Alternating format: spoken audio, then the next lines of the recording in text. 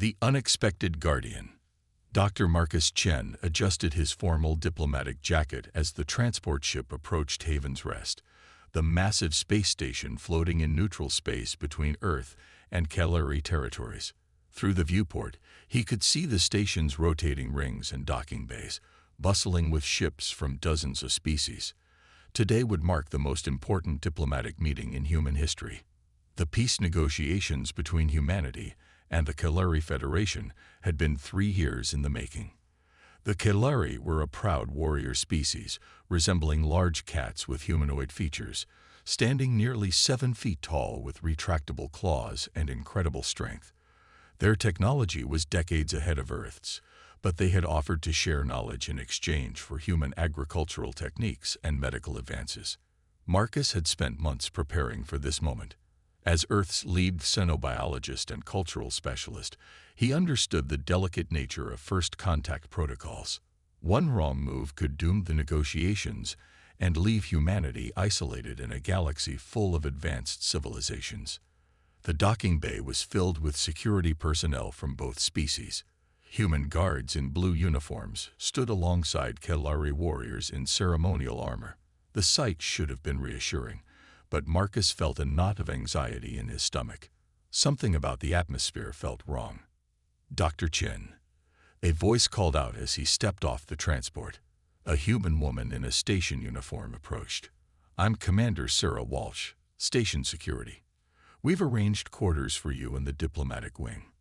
Marcus nodded, grabbing his single travel bag. He had always traveled light, believing that too many possessions could signal weakness in negotiations. "Thank you, Commander. When do the formal talks begin?" "Tomorrow morning. But first, we need to introduce you to your security detail." Walsh gestured toward a group of figures standing near the far wall. Due to recent terrorist threats, all delegates have been assigned bodyguards. Marcus felt his heart sink. The last thing he wanted was to appear weak or afraid. Is that really necessary? I thought Haven's Rest was neutral territory. It is, but we've received credible intelligence about possible assassination attempts. Your safety is our priority. Walsh led him toward the security detail. Your bodyguard is Vera Stormclaw, one of the Kalari Federation's most experienced warriors. The figure that stepped forward made Marcus take an involuntary step back. Vera Stormclaw was impressive even by Kalari standards. Her silver fur seemed to shimmer under the station's lights, and her bright blue eyes held an intensity that made Marcus uncomfortable. She wore tactical armor that looked both ceremonial and functional, with a sword strapped to her back and smaller weapons at her belt. "Dr. Chen," her voice was deep and carried the slight growl common to all Kalari speech. "I am Vera Stormclaw of the Northern Clans. I have been assigned to ensure your safety." Marcus extended his hand in the human gesture of greeting, but Vera simply stared at it for a moment before nodding curtly. "Right," Marcus said, lowering his hand. "I appreciate the protection, but I hope we can keep a low profile. These negotiations are delicate." Vera's ears twitched slightly, a sign of irritation Marcus had learned to recognize. "Dr. Chen, there are those who would prefer these talks to fail. They will not hesitate to use violence. My presence is necessary." The tension between them was immediate and obvious. Marcus could see the other diplomats and security personnel watching their interaction with interest. This was exactly what he had hoped to avoid. Commander Walsh cleared her throat. "Perhaps we should get you settled in your quarters. The welcome reception begins in 2 hours." Marcus's quarters were luxurious by station standards, with a living area, bedroom, and small office space. Vera took up position by the door, her posture rigid and alert. Marcus tried to focus on his preparation notes, but he found himself constantly aware of her presence. "You don't have to stand there like a statue," Marcus said after an hour of uncomfortable silence. "There are chairs." Vera's ears flicked toward him, but she didn't move. "I am fine, Dr. Chen. I am here to protect you, not to be comfortable." Marcus set down his tablet and looked at her directly. "Look, I understand you're doing your job, but we're going to be working together for the next week. Can we at least try to get along? For the first time, Vera turned to face him fully. You think this is about getting along? Dr. Chen, there are factions among both our species who believe peace is weakness. They would kill you without hesitation to prevent these talks from succeeding. Then help me understand, Marcus said, standing up. What kind of threats are we talking about? Who wants to stop the negotiations? Vera was quiet for a long moment, her blue eyes studying Marcus with an intensity that made him nervous. Finally, she spoke. Among my people, there are those who believe humans are too weak to be worthy allies. They think sharing our technology will only make us vulnerable. Among your people, there are those who fear we will conquer you once we have what we want. Marcus nodded slowly. It was exactly what he had feared. And you? What do you believe? Vera's expression softened slightly. I believe that strength comes in many forms. I have studied your species, Dr. Chen. Humans may not have our physical power or advanced technology, but you have something else. You adapt. You survive. You find solutions where others see only problems. The comment surprised Marcus. He had expected military thinking, not philosophical analysis. You've studied humans. It is necessary to understand those you are assigned to protect. I know you are not just a diplomat, Dr. Chen. You are a scientist. You have made discoveries that could benefit both our species. That makes you valuable, and valuable things need protection. The welcome reception was held in the station's main social area, a vast space with windows offering views of the star field beyond. Representatives from both species mingled awkwardly, with human diplomats in formal wear standing near tables of food, while Kaluri warriors clustered in small groups, their armor gleaming under the lights. Marcus had changed into his formal diplomatic uniform, complete with the ceremonial ribbons that marked his scientific achievements. Vera walked beside him, her presence causing conversations to pause as they passed. Dr. Chen, a familiar voice called out. Marcus turned to see Ambassador Robert Hayes approaching with a broad smile.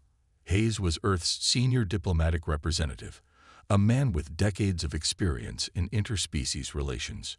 I'm so glad you made it safely. How was the journey? Uneventful, which is how I prefer it, Marcus replied, shaking Hayes's hand. Ambassador, this is Vera Stormclaw, my security detail. Hayes nodded respectfully to Vera. Ms. Stormclaw, thank you for protecting our people. I know this can't be easy duty. Vera's ears twitched slightly. Ambassador Hayes, I go where duty requires. Dr. Chen's safety is my responsibility. As they talked, Marcus noticed several things that made him uncomfortable. The human security personnel seemed unusually tense, and some of the Kaluri warriors were watching the human delegates with expressions that looked more like hunger than friendship. The conversations between species were polite but strained, with long pauses and careful word choices. Dr. Chen, another voice interrupted. Marcus turned to see Dr. Janet Morrison, a human researcher he had worked with before. I've been hoping to discuss some of the agricultural data with you before tomorrow's session. Marcus excused himself and followed Janet to a quieter corner of the reception area. Vera shadowed them, maintaining a discreet distance but keeping them in sight. Marcus, Janet said quietly, I've been analyzing some of the preliminary data exchanges, and I think there might be a problem. What kind of problem? Janet glanced around nervously. Some of the Kaluri technical specifications don't match what they told us during the initial negotiations. The energy output data for their fusion reactors is wrong. Either they're not sharing the real technology, or someone is manipulating the information. Marcus felt a chill run down his spine. Are you sure? I've run the calculations 3 times. The numbers don't add up. If this is deliberate, it could mean the whole negotiation is a setup. Before Marcus could respond, the station's lights flickered, and an announcement echoed through the reception area. Ladies and gentlemen, dinner is now being served in the main dining hall. Please proceed in an orderly fashion. The dining hall was elegant, with long tables arranged to encourage mixing between species. Marcus found himself seated between a Kalari trade representative and a human agricultural specialist. Vera took position at a nearby table with other security personnel, her eyes never leaving Marcus. The meal proceeded smoothly, with conversations focusing on cultural exchange and scientific cooperation. Marcus began to relax slightly, enjoying the opportunity to discuss xenobiology with the Kalari representatives. Their understanding of genetic engineering was far beyond anything humans had achieved. Dr. Chen, the Kalari trade representative, said, "I am curious about your theories on cross-species medical treatment. Could human techniques be adapted for Kalari physiology?" Marcus was about to answer when he noticed Vera's posture change. She was scanning the room with intense focus, her hand moving subtly toward her weapon. Her ears were flattened against her head, a sign of extreme alertness. "Excuse me," Marcus said, starting to stand. "I need to." That's when Vera moved. She was across the room in 3 powerful strides, grabbing Marcus around the waist and lifting him off his feet. The other diners turned in surprise as she carried him away from the table. "What are you doing?" Marcus shouted, but Vera was already throwing him toward a large decorative fountain in the center of the dining hall. Marcus hit the water hard, the cold liquid soaking through his formal uniform. He struggled to the surface, gasping and confused, just as the world exploded around him. The detonation was massive, turning the elegant dining hall into a chaos of fire and debris. Tables flew through the air, windows shattered, and the lights went out as emergency power kicked in throughout the station. Marcus felt Vera's armored form land in the fountain beside him, her body shielding him from the worst of the blast. Through the ringing in his ears, Marcus could hear screams and alarms. The smell of smoke and burned metal filled the air. Vera pulled him to his feet, her blue eyes fierce in the emergency lighting. "Are you injured?" she asked, her voice barely audible over the chaos. Marcus checked himself quickly. Bruises, cuts from debris, soaking wet, but alive. "I think I'm okay." "What happened?" "Bomb. Hidden in the dining hall. We need to move now." The hall was filled with smoke and confusion. Marcus could see other survivors helping the wounded, but he also noticed figures moving through the chaos with purpose. Some of them were armed. Vera grabbed his arm. "This way. The emergency exits will be watched." She led him through the smoke toward a service entrance Marcus hadn't noticed before. Behind them, he could hear shouting and what sounded like weapon fire. The station's security forces were trying to establish control, but it was clear that this wasn't a simple terrorist attack. As they reached the service corridor, Marcus turned for one last look at the dining hall. The devastation was complete. Tables were overturned, debris was scattered everywhere, and he could see bodies among the wreckage. The peace negotiations that had taken 3 years to arrange had been destroyed in seconds.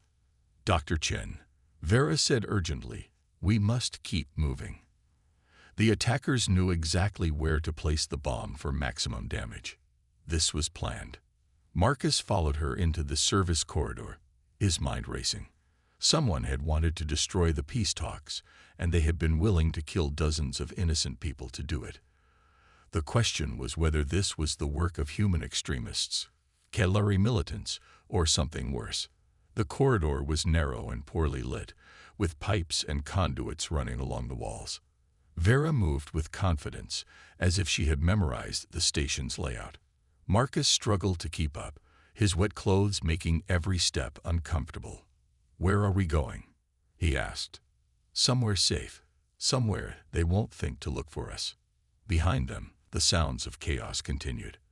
Alarms blared, people shouted, and Marcus could hear the distinctive whine of energy weapons.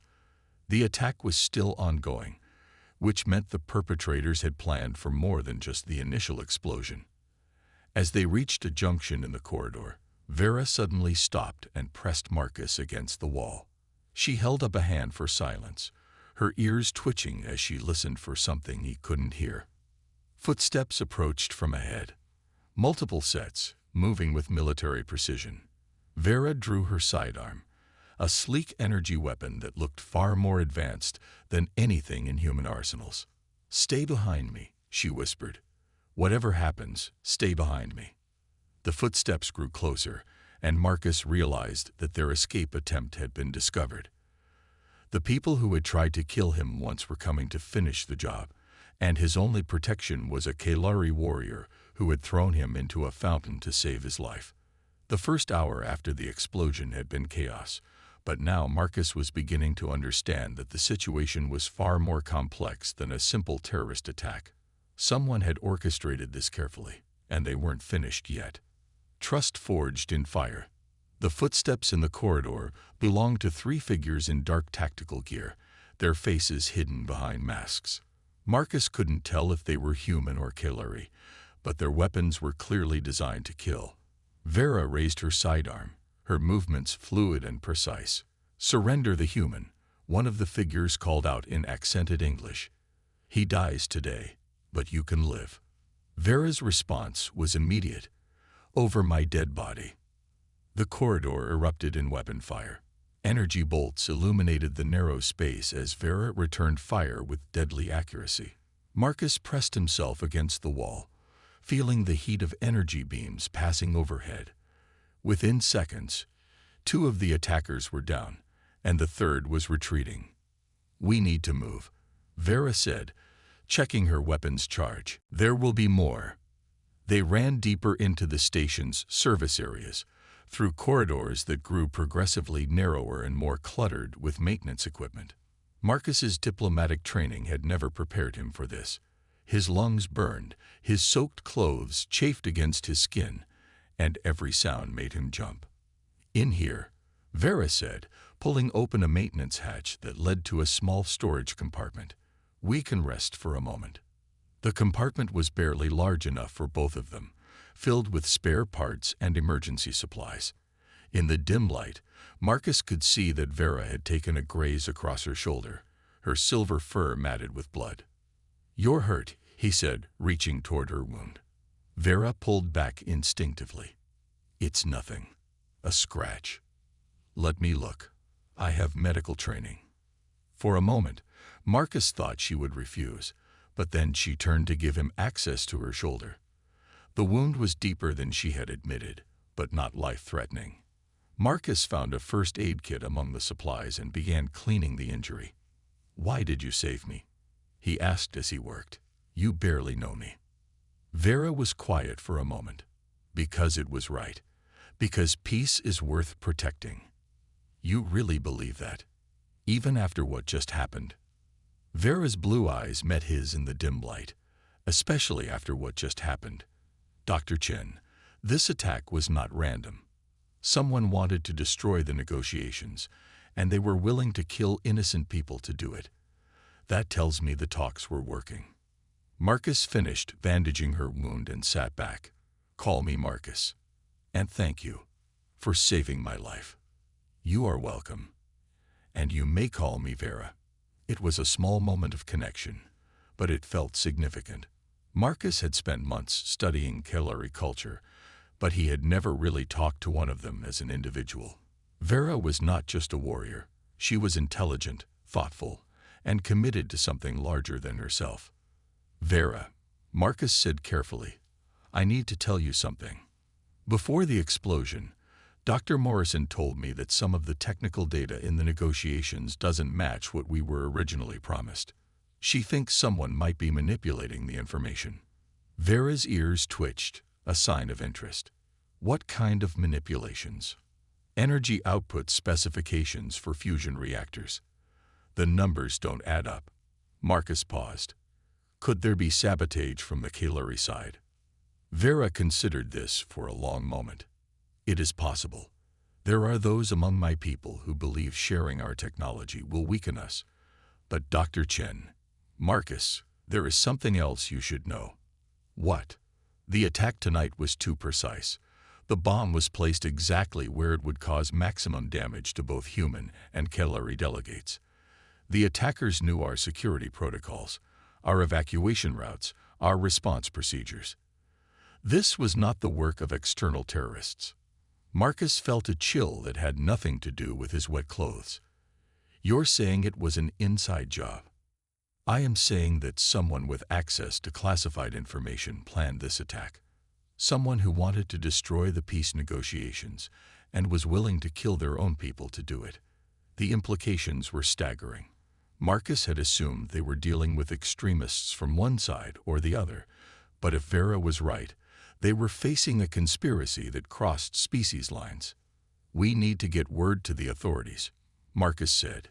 Contact Earth Command or the Kalari Federation. Vera shook her head. Who do we trust? How do we know who is part of the conspiracy? The attackers found us too quickly. Someone is tracking us. Marcus realized she was right. They were trapped on a space station with no way to know who their allies were. The people they should trust most, security personnel, diplomatic staff, military commanders, could be working against them. Then what do we do? Vera checked her weapon and looked at the storage compartment's exit. We survive. We gather evidence, and we find a way to expose the truth. Over the next few hours, they moved carefully through the station's service areas, avoiding the main corridors where security patrols were searching for survivors. Vera seemed to know the station's layout perfectly, leading Marcus through maintenance tunnels and service shafts that he never would have found alone. They reached a computer terminal in an abandoned section of the station. Vera connected a small device to the terminal, her fingers moving quickly across the interface. "What are you doing?" Marcus asked. "Accessing the station's security recordings. If we can find footage of the bomb placement, we might be able to identify the conspirators." The device beeped softly, and data began flowing across the screen. Vera's expression grew more serious as she studied the information. "This is worse than I thought," she said quietly. "What did you find?" Vera turned the screen toward Marcus. The security footage showed a human in a maintenance uniform placing explosives in the dining hall 3 hours before the reception. But what made Marcus's blood run cold was the timestamp. The bomb had been placed after the security suites, which meant the bomber had detailed knowledge of the station's security protocols. "There's more," Vera said, pulling up another file. "Communication logs between the station and unknown parties. The conversations are in code, but the timing suggests coordination between human and Kalari elements." Marcus studied the data, his scientific mind working to piece together the puzzle. They're not just trying to stop the negotiations. They're trying to make it look like the other side is responsible. Start a war instead of preventing peace. "Yes," Vera said grimly. "And we are the only ones who know the truth." Suddenly, alarms began blaring throughout the station. Emergency lights flashed, and a voice echoed through the corridors.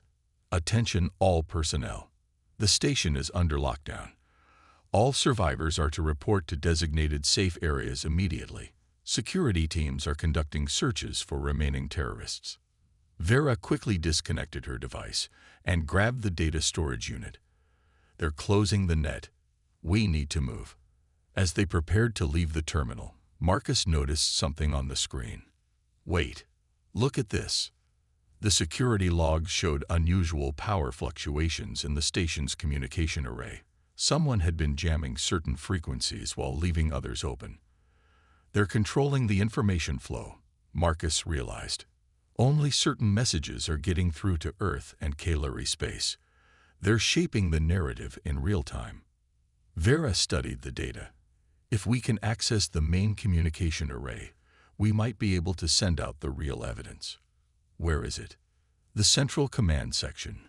Heavily guarded, multiple security checkpoints, and right now probably crawling with people who want us dead." Marcus looked at her. "So we're going to break into the most secure part of the station, past an unknown number of enemies, to send a message that might prevent a war." "Yes, that's completely insane." Vera's expression was serious, but Marcus caught a glimpse of something that might have been amusement in her blue eyes. "Do you have a better idea?" Marcus thought about it for a moment. He was a scientist, not a warrior. His expertise was in understanding alien biology, not planning military operations. but he understood systems, patterns, and problem-solving. "Actually," he said slowly, "I might." The station's environmental systems were controlled from multiple locations, but they all fed into a central monitoring station. Marcus had noticed the access panels during their escape, and his scientific background gave him insights that might prove useful. "The station has redundant life support systems," Marcus explained as they moved through the maintenance tunnels. "Air recycling, water processing, waste management, but they're all connected to prevent system failures. And if someone with the right knowledge could access those systems, they could create a distraction that would draw security away from the communication array." Vera considered this. What kind of distraction? Marcus smiled for the first time since the explosion. "The kind that makes everyone on the station think there's a catastrophic environmental emergency. Smoke, alarms, system failures, the works. But no real damage, just a lot of chaos. That is actually clever. Very human. Thank you, I think." They reached the environmental control station, a small room filled with monitoring equipment and control panels. Marcus studied the systems, identifying the key components that would create maximum alarm with minimum actual danger.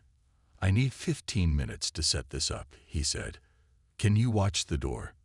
Vera took position by the entrance, her weapon ready. "Take your time. Do it right." Marcus worked quickly, his scientific training allowing him to understand the interconnected systems. He programmed a cascade of false alarms that would trigger smoke detection, environmental warnings, and emergency protocols throughout the station. To anyone monitoring the systems, it would look like multiple critical failures were occurring simultaneously. "Ready," he said, his hand hovering over the activation control. "Once I trigger this, we'll have maybe 20 minutes before they figure out it's a false alarm. That should be enough." Marcus pressed the button, and immediately alarms began sounding throughout the station. Emergency lights flashed, and automated voices announced environmental hazards in multiple languages. The effect was everything Marcus had hoped for. Through the station's communication system, they could hear security teams being redirected to investigate the environmental emergencies. The corridor outside their position went quiet as patrols rushed to respond to the crisis. "Now," Vera said. They moved through the station with purpose, using the chaos to mask their movement. The central command section was 3 levels up, accessible through a service elevator that was currently unguarded due to the emergency response. The elevator ride felt like an eternity. Marcus's plan was working, but he knew they would have only a few minutes at the communication array before someone realized the environmental emergency was fake. The central command section was partially evacuated, with only a skeleton crew maintaining essential systems. Vera moved like a ghost, taking out the few guards they encountered with precise, non-lethal strikes. Marcus followed, amazed by her skill and efficiency. The communication array was in a heavily shielded room at the center of the command section. Vera had to override 3 security locks to get them inside, but her Kalari military training had prepared her for this kind of infiltration. "How long do you need?" she asked as Marcus approached the main communication console. 5 minutes to upload the evidence and send it to both Earth Command and the Kalari Federation. Marcus connected Vera's data storage device to the console and began the upload process. The evidence was comprehensive. Security footage, communication logs, technical specifications, and analysis that proved the conspiracy crossed species lines. "Uploading now," Marcus said, watching the progress bar crawl across the screen. 60%, 70%. That's when they heard footsteps in the corridor outside. Multiple sets, moving with military precision. "They found us," Vera said, checking her weapon. "How much longer?" 90%, almost there." The door to the communication room exploded inward, and armed figures poured through the opening. Marcus dove behind a console as energy weapons fire filled the room. Vera returned fire, her movements fluid and deadly. "Upload complete," Marcus shouted over the weapon fire. "Message sent. One of the attackers threw a concussion grenade into the room. The explosion knocked Marcus unconscious, and the last thing he saw was Vera standing over him, still fighting, still protecting him. Marcus woke up in the station's medical bay, his head pounding and his body aching. The first thing he saw was Vera sitting in a chair beside his bed, her arm in a sling but her blue eyes alert. "Did it work?" he asked. Vera smiled, the first genuine smile he had seen from her. It worked. The evidence reached both Earth Command and the Kalari Federation.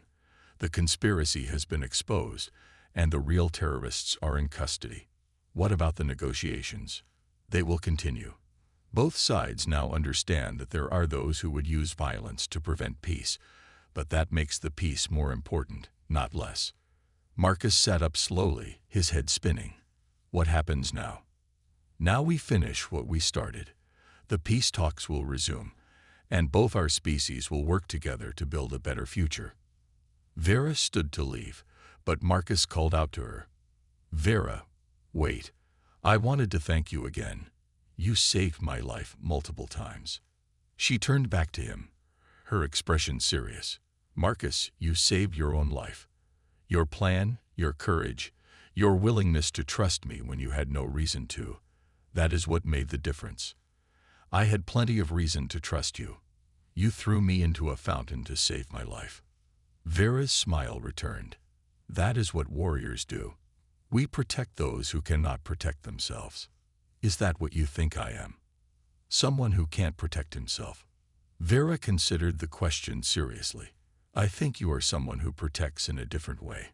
You use knowledge instead of weapons, understanding instead of force.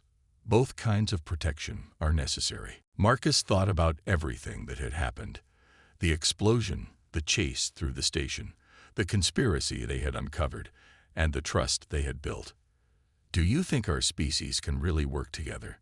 Humans and Kalari?" "I think," Vera said, "that we just proved it is possible. We are very different. But when we work together, we are stronger than either of us could be alone."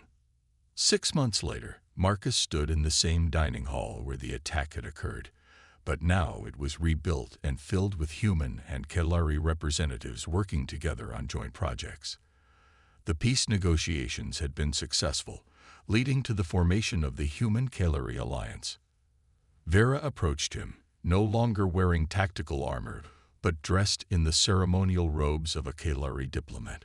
She had been appointed as the Federation's ambassador to Earth, a position that recognized her role in saving the peace process. "Dr. Chen," she said formally, then smiled. "Marcus, how are the agricultural projects progressing?" "Better than expected. The Kalari farming techniques are revolutionizing food production on Earth, and the medical exchange program is saving lives on both sides." They stood together, looking out at the stars through the station's windows. The view was the same, but everything else had changed. "Do you ever wonder what would have happened if you hadn't thrown me into that fountain?" Marcus asked. Vera considered the question. "I think," she said finally, "that someone else would have found a way to stop the conspiracy. Humans are remarkably good at finding solutions when they are needed most. And Kalari are remarkably good at protecting what matters." "Yes," Vera agreed. "Together, we make a good team." Marcus nodded, thinking about the future they were building together. The alliance between their species was just the beginning. There were other civilizations to meet, other challenges to face, and other problems to solve. But for the first time since that night in the fountain, Marcus felt confident that humanity and their new allies were ready for whatever came next. They had learned to trust each other, and that trust would carry them to the stars.